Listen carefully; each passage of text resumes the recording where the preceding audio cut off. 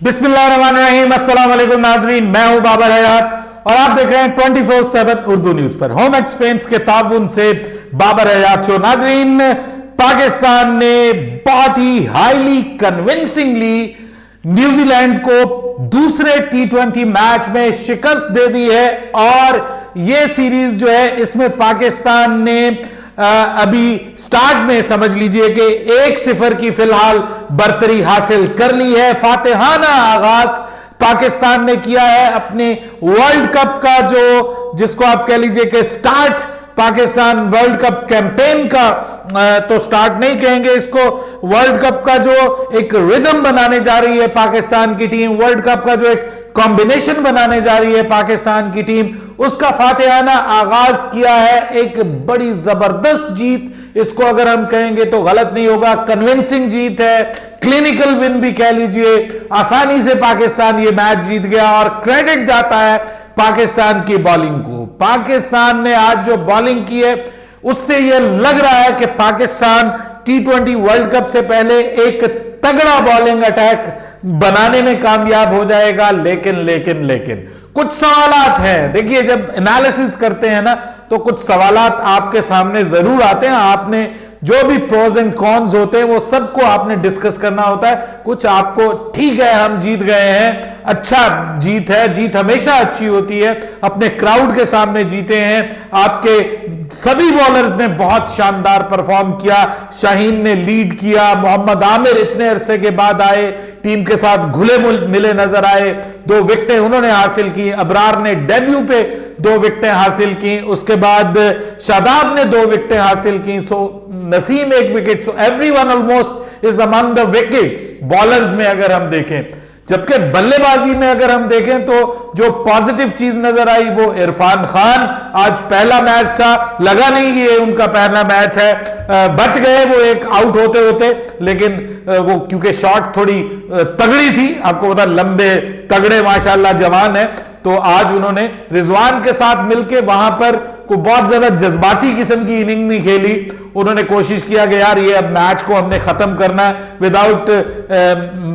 Without any more adventures, कोई adventure नहीं करना, क्योंकि जब आपके बल्लेबाज बीच में से स्ट्रगल कर रहे थे वहां पे, तो ये एक अच्छी टैक्टिकल इनिंग्स थी। वहां पे रिजवान का फॉर्म में, रिदम में वापस आना, टीम के लिए एक अच्छी बारी खेलना, ये सब अपनी जगह पे हैं। लेकिन कुछ सवालात उठते हैं जिन पे आज के इस प्रोग्राम में हम बात करेंगे। Keeping in mind the world cup, keeping in mind the captaincy, keeping in mind the approach of Pakistani captain and Pakistan team management, क्या अप्रोच पाकिस्तान की टीम मैनेजमेंट लेके चल रही है, इसके ऊपर मुकम्मल बात करेंगे तफसील के साथ। लेकिन आगे बढ़ने से पहले आपसे गुजारिश कि अगर आप हमारे नए व्यूअर हैं तो प्लीज हमारे इस चैनल को जल्दी से कर लीजिएगा सब्सक्राइब और बेल आइकन को पुश करना मत भूलिएगा।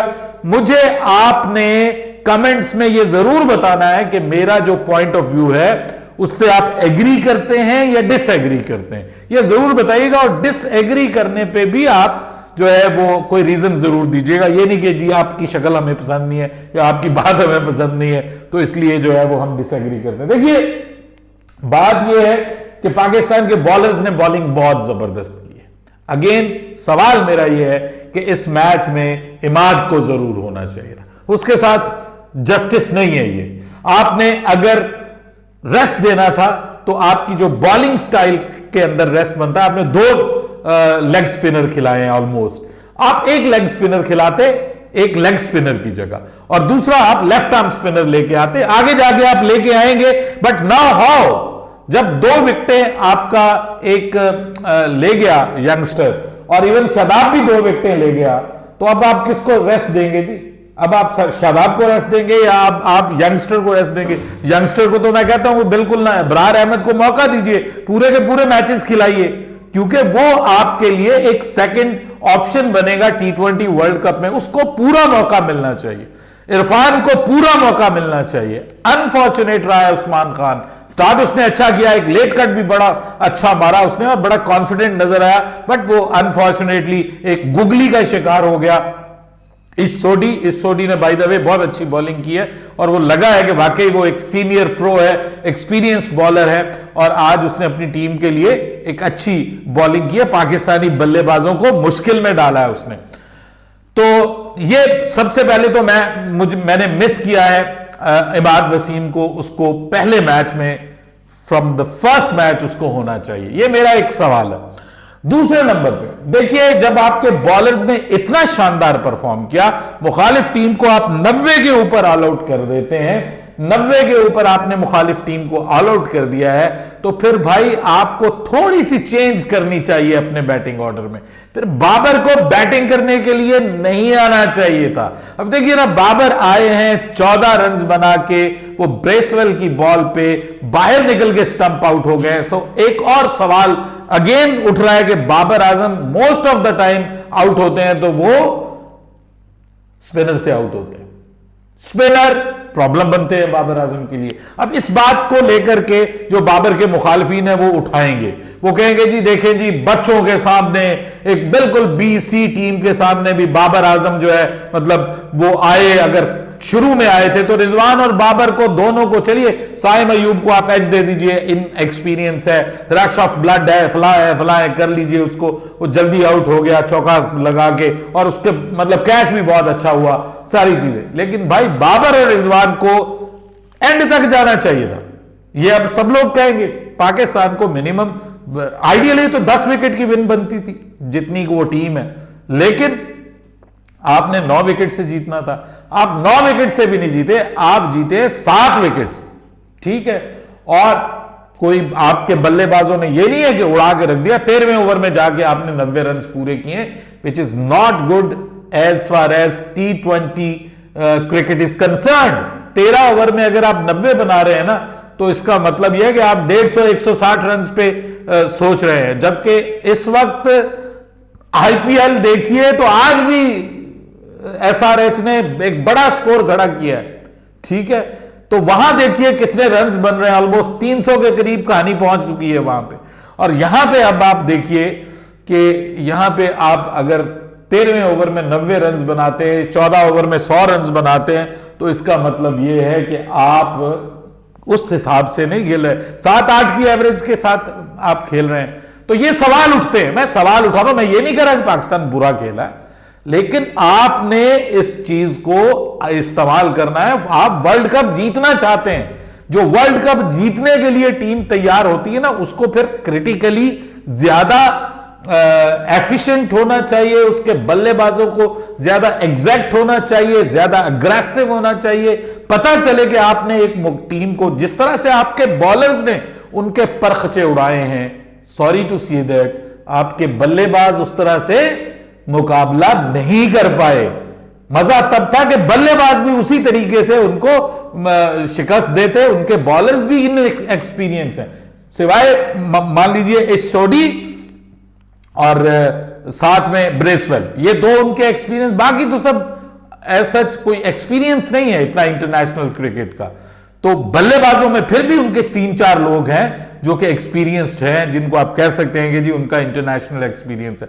तो उसके बावजूद अगर आपके बल्लेबाज स्ट्रगल कर रहे थे, हालांकि पिच को बहुत आसान पिच नहीं थी, अगेन क्योंकि बारिश 3-4 दिन रही है वहां पे, तो थोड़ा सा पिच के ऊपर थोड़ी स्लोनेस थी और ग्रिप कर रही थी बॉल, स्पिनर्स को मदद मिल रही थी, इसीलिए पाकिस्तान के 2 स्पिनर्स ने 4 विकेटें ली। इसी तरह से इस सोदी जो है वो भी अमंग द विकेट्स नजर आए। तो ये एक चीज है कि उतनी आसान विकेट नहीं थी, लेकिन there should be an approach, और वो अप्रोच एक और सवाल कि 90 जब बन गए थे तो भाई बाबर और रिजवान को टॉप पे नहीं आना चाहिए था। आप उस्मान खान को भेज देते साथ में, किसके साथ में, साइम अयूब के, ठीक है। आप देखते कि यंगस्टर्स को मौका तो देके ना कि ज्यादा से ज्यादा खेलें। अब जब आप एक बंदे को तीसरे नंबर पे ला रहे हैं और आपका बाबर आजम आउट हुआ तो उसके ऊपर थोड़ा और प्रेशर आ जाएगा। लेकिन अगेन मैं ये कहता हूं कि अनफॉर्चुनेट रहा है Usman Khan, keep on giving him the chances.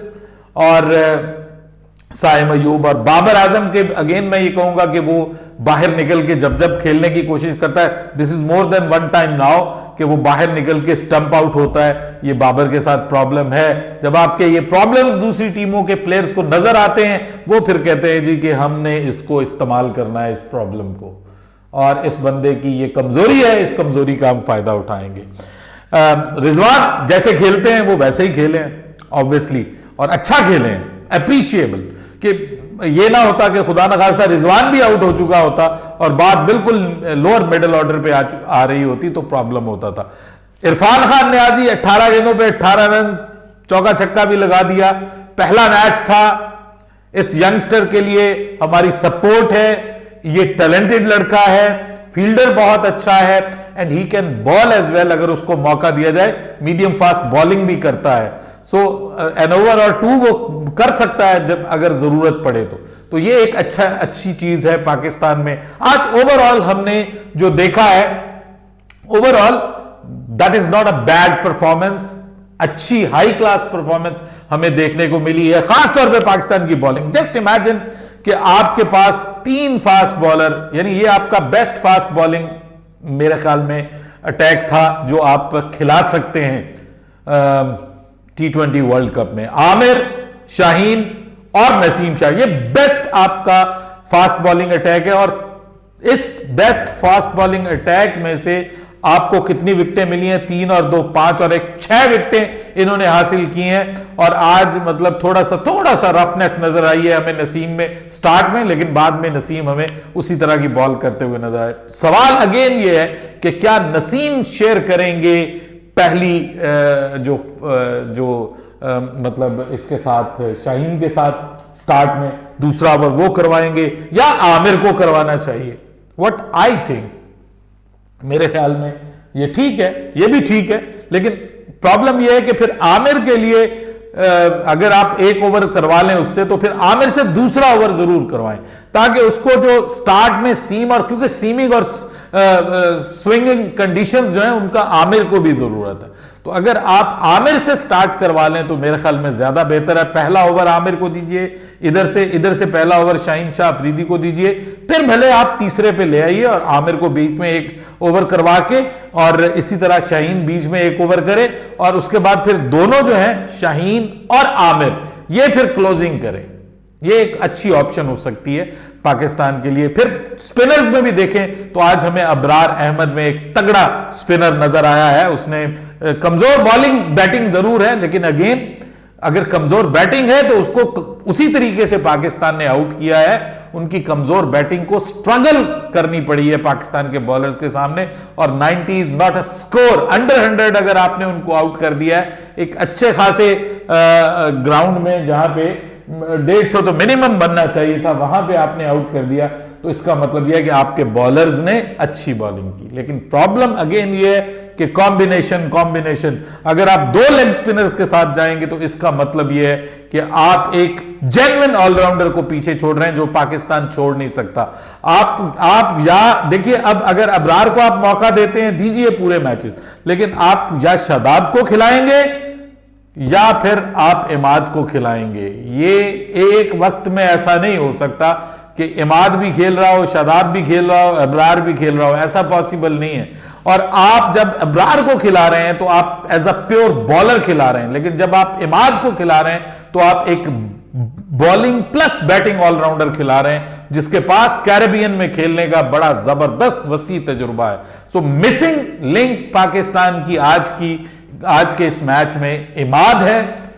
Missing थोड़ी सी अप्रोच है, मतलब ठीक है ये कर लिया उन्होंने, बट बहुत अच्छा होता कि बाबर और रिजवान खुद को थोड़ा सा पीछे करते, ओपनिंग जोड़ी बदलते और यंगस्टर्स को मौका देते, उनके ऊपर भी एक इंपैक्ट डालते। दुनिया थोड़े से क्रिटिकल हो जाती है कि जब आप एक B class C class team के सामने आप खुद चले जाते हैं बैटिंग करने के लिए और फिर आप आउट हो जाते हैं, तो फिर मजाक बनता है। फिर आपको पता है दूसरा मीडिया भी इसको देख रहा होता है कि जी बच्चों से आउट हो गया बाबर आजम, बी टीम से के सामने भी नहीं कर सका, और अगर वो करेगा भी तो लोग कहेंगे भाई क्या कर लिया।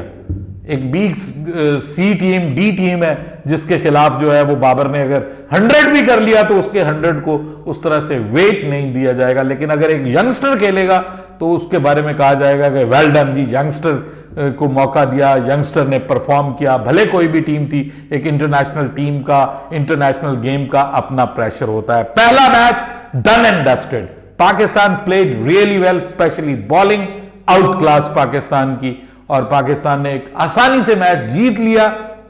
जबरदस्त तरीके से अप्रोच पे मुझे एतराज हो सकता है, यंगस्टर्स को टॉप पे लाने में एतराज हो सकता है, लेकिन ओवरऑल वेल डन पाकिस्तान। बीच में ये आपको पता है कि एनालिसिस जब आपने करना होता है तो आपने सब पहलू जो है वो उसके दिखाने होते हैं। बट आई विश कि नेक्स्ट मैच में हम इमाद वसीम को जरूर देखें पाकिस्तान की टीम में।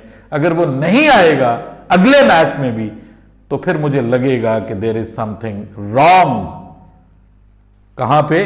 किसी के दिमाग में कुछ ना कुछ रॉन्ग चल रहा है जो पाकिस्तान के लिए अच्छा नहीं है। बहुत बड़ा मौका है पाकिस्तान के लिए। देखिए, नसीम, आमिर, शाहीन, इमाद और उसके साथ अगर आप शादाब को खिलाना चाह रहे हैं वेल एंड गुड, शादाब को नहीं खिलाना चाह रहे तो आप उसके साथ फिर जो है अबरार को देख लीजिए, अगर आप अबरार को खिलाना चाह रहे हैं। लेकिन आपको एक को सेक्रीफाई करना पड़ेगा और आई थिंक सो कि वर्ल्ड कप में पाकिस्तान इमाद और शादाब के साथ जाएगा।